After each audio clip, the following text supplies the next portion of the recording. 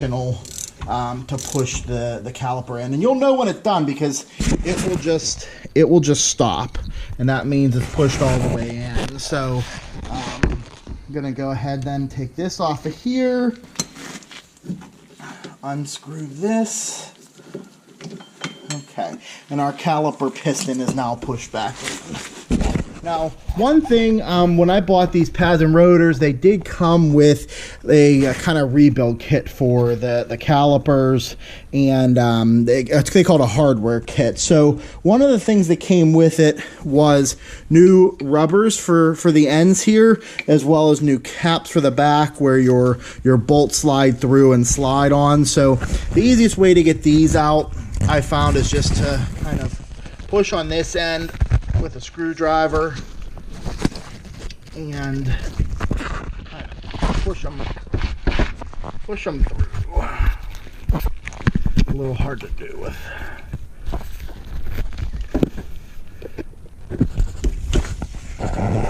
Set you out for a second.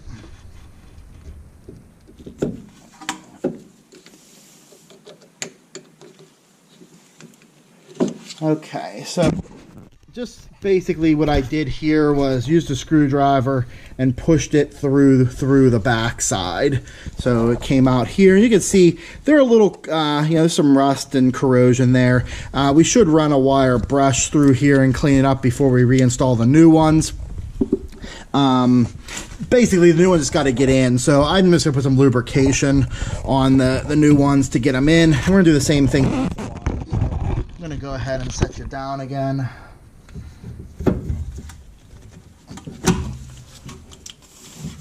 Okay.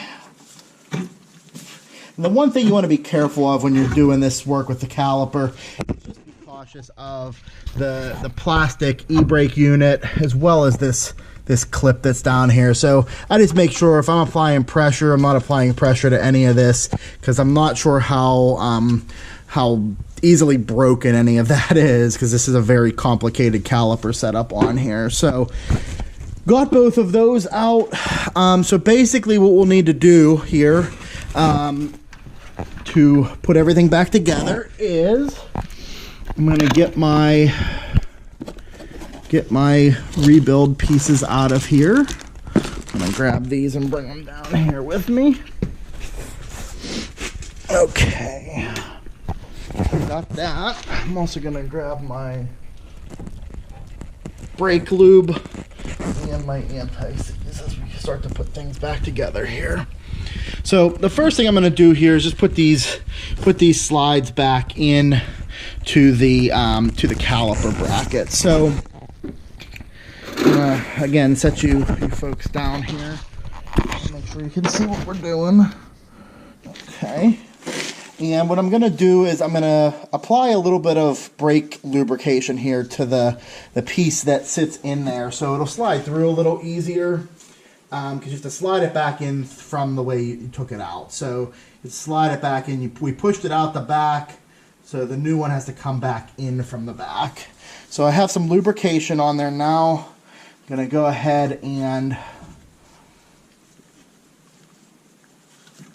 I'm going to carefully use a screwdriver to push this, get it started going back through. Once you have part of the entire side of it going back through, let me pick up the camera here. So once you have it started, coming back through, we have the lubrication here, it will slide pretty easily through. You just have to kind of wiggle it, and we want to wiggle it until it comes out this side, and until this flips over the lip here. So I'm going to set you guys down again so I can use both hands here. Okay. And again, if we need to just use the screwdriver just to kind of make sure it comes all the way through. So here again, you can now see it came all the way through. It's good. We can go ahead and repeat the same steps here on the bottom. I'm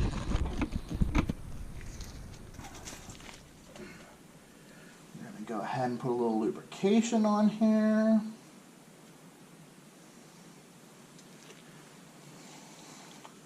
I'm going to get it started. started.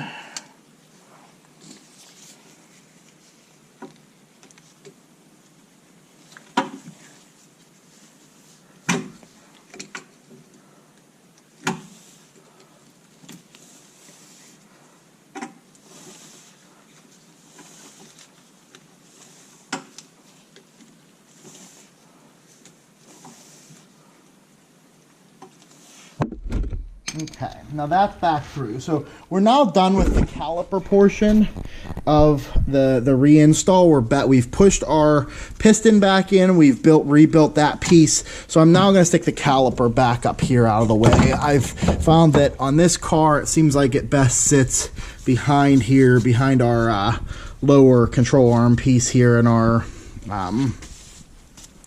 whatever you want to call this here, but it seems to sit best up here along this swivel piece, and it kind of just sits up there. So now that that's done, I think we're ready to reinstall our rotor. Now this surface is not in terribly bad shape. If this was really rusty, if this car was maybe 10 or 15 years old, I would maybe brush this down a little bit or put a little bit of lubrication on there to make sure that it has a good mating surface. But this is in pretty good shape still, so I'm going to go ahead and leave that alone. We're going to go up here and we're going to get our new rotor out. So I'm going to go ahead and just use my screwdriver here to cut open my box. Just kind of gently along the top there because that's where the rotor's sitting. And we're going to go ahead and open up the box here. So once open, all rotors when they're new come with this plastic bag over them. And that's just to keep any moisture from getting to the rotor. And all new rotors are also coated before. Okay, sorry. All rotors are also coated when they're new to prevent from rust. So this rotor does have a coating on it. And get it out of our bag there. I'm gonna go over here and just try to keep the work area clean, so I'm going to come over here and just throw this away real quick. We're going to go ahead now. The rotor, as you can see, again, I said these are the premium rotors. That means this surface is coated as well as the edge here of the actual rotor and the insides as well. So most, as we saw with the old rotors, they start rusting from the edge here in and they start coming from here in as well. So having this coating on here, especially in the winter climates with the salt, helps prevent these from corroding as bad as the old ones did. So I'm gonna go ahead and stick this down here on the ground because I need to spray it with some brake clean and I don't want it getting on the cars here in the garage. So I'm gonna go ahead and grab 2 paper towels. And what we need to do is we just need to clean the rotor off. We need to clean all of that kind of coating that they put on them from the factory. We need to clean that off. So what we'll do simply here is I leave the rotor in the box. That way it catches some of the overspray. And I'm just going to spray some brake clean around here on the edge. And then I'm just going to wipe it off. Okay. I'm going to do the same. I'm going to flip it over and do the same. Now, in this case, again, the car has an electronic e-brake and brake hold, so it's built into the caliper. But if your car or your application so for any other car with similar brakes, if yours has the emergency brake shoes on the inside here, where it would contact the inside of this rotor, you also want to make sure you clean off any of the pre-treatment stuff that's on the inside of the rotor. In this case, I don't need to because, again, this car does not have emergency brake shoes there. So, okay, I'm going to go ahead and stand back up here. Okay. Okay. Back down here. Okay, now that I'm back down on the ground, I'm gonna grab my new rotor, and what we need to make sure we do, remember we had that screw we took out here, and there's only one screw hole on this entire hub piece. So what we need to do is take a look at the new rotor. So if we look at the new rotor, we can see there's a hole here that does have threads in it. There's your lug hole here, but there's another hole here that is kind of tapered. And then we have another hole right here next to this lug hole that also has threads in it. Now this one and this one, kind of across from each other, aren't tapered, so they don't fit the screw that we need. We need this one here that's next to this lug hole, because if I can get this in the light right, you'll be able to see that it has a taper to it. So we need to take, this is right next to a lug hole. We need to look at our hub, and we see our lug that comes through here.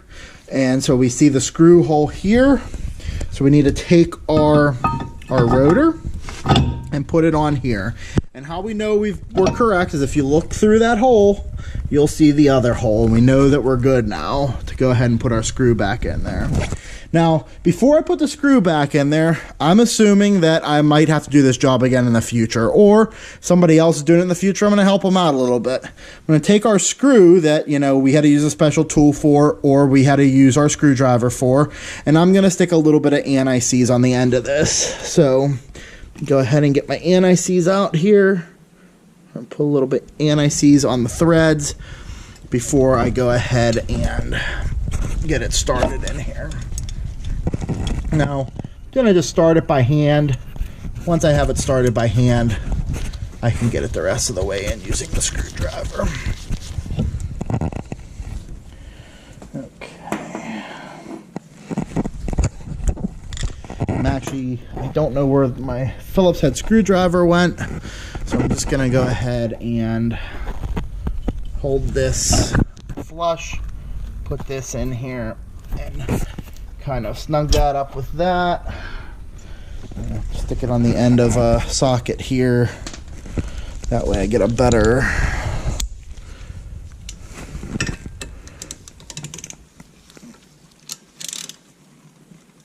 okay, and we don't need to kill it.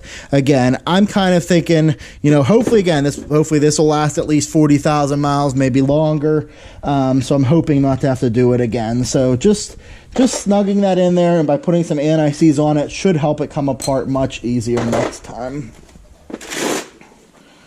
Okay, so now that we got that together, our next piece is the caliper bracket. We need to put the caliper bracket on before we go ahead and put our pads and everything and put the caliper on. So caliper bracket, the first thing I like to do with these is I like to take them and any surfaces where the pad slides. So in this case, they slide through here in this groove, and they also slide through the same groove on the other side. So I like to take these and I'll set you down here for a second.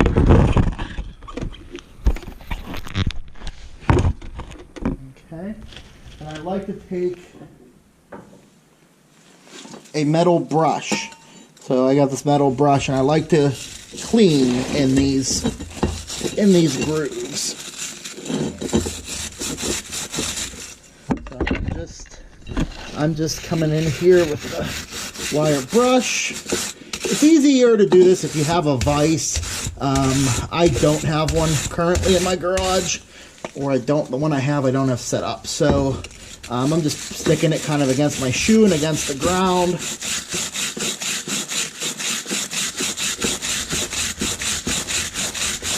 Okay, run it back through the other side one more time.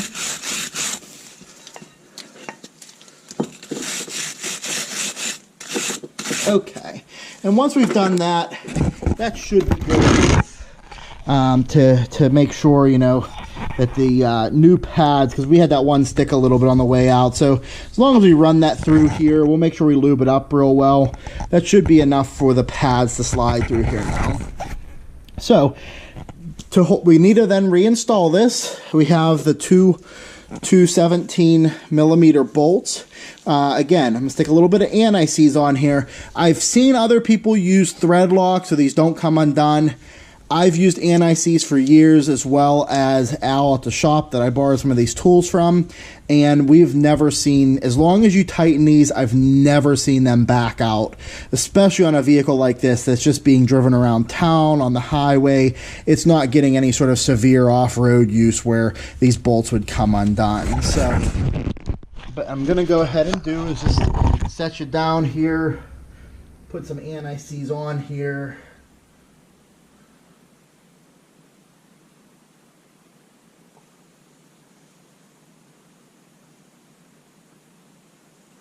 Okay,